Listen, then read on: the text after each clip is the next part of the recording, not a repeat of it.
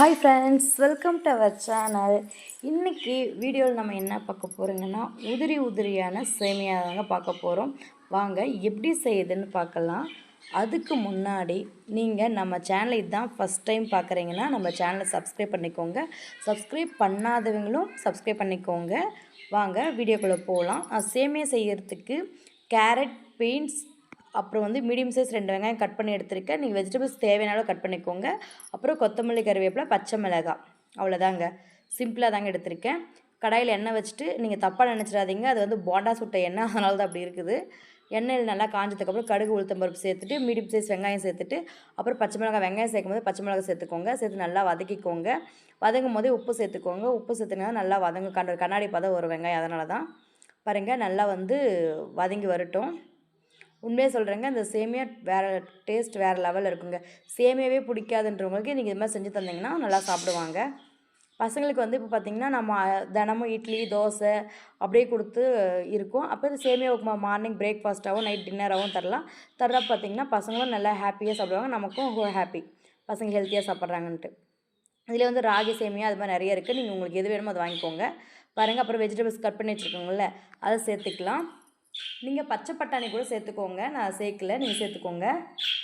சேர்த்து நல்லா வதக்கிக்கோங்க. இது நல்லா வதங்கிறதுலேயே வெந்துடணும் பாதி. பாருங்கள், நல்லா வதங்கி வரட்டும். இதுக்கு பார்த்திங்கன்னா ஒரு சேமியா பேக்கெட்டுக்கு 1/2 லிட்டர் தண்ணிங்க அளவு. அதுதான் 400 ml சொல்லுவாங்க. நான் 1/2 லிட்டர் வச்சிங்கன்னா கரெக்டாக இருக்கும். நான் அணில் சேமியா எடுத்துருக்கு. இதில் வறுத்துருப்பாங்க, அதனால் வறுக்க தேவையில்லை நம்ம. இது 180 கிராம். அதுக்கு நான் 1/2 லிட்டர் தண்ணி சேர்த்துக்கிறேன்.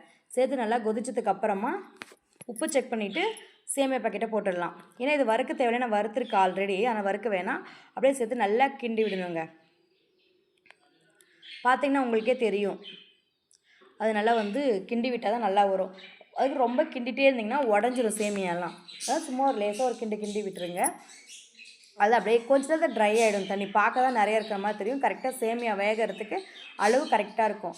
அப்புறம் என்னங்க, கொத்தமல்லி தழை தூவிட்டு நல்லா மிக்ஸ் பண்ணி விட்டுடலாம்.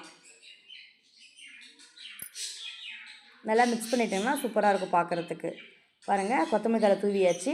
இப்போ நல்லா மிக்ஸ் பண்ணிவிட்டு வெந்துருச்சு, அதனால் கொத்தமல்லி தழை தூவிட்டு நல்லா மிக்ஸ் பண்ணி விட்டு அப்படியே ஒரு மூடி போட்டு ஒரு 5 மினிட்ஸ் ரெஸ்ட்டு விட்டுருங்க அதுக்கு. அப்போ தான் அது நல்லா உதிரியாக நல்லா புழுங்குன்னு சொல்லுவாங்க ஊர் சைட்லாம். அவ்வளோதாங்க. மூடி வச்சாச்சு. ஒரு 5 மினிட்ஸ் கழிச்சு ஓப்பன் பண்ணி பார்த்தாங்கன்னா இந்த அளவுக்கு நல்லா பொலன்னு வந்திருக்கும். அவ்வளோதாங்க. ஒரு இலை எடுத்து பரிமாறி சாப்பிட வேண்டியதுதாங்க. அப்புறம் சூப்பரான சேமியா ரெடிங்க. இதே மாதிரி செஞ்சு பாருங்கள். செஞ்சு பார்த்துட்டு உங்களுக்கு பிடிச்சிருந்தா லைக் பண்ணுங்கள், ஷேர் பண்ணுங்கள், மறக்காமல் கமெண்ட் பண்ணுங்கள். அப்படியும் நம்ம சேனலை சப்ஸ்கிரைப் பண்ணிவிடுங்க. பாய் ஃப்ரெண்ட்ஸ், நெக்ஸ்ட் வீடியோவில் பார்க்கலாம். டாட்டா.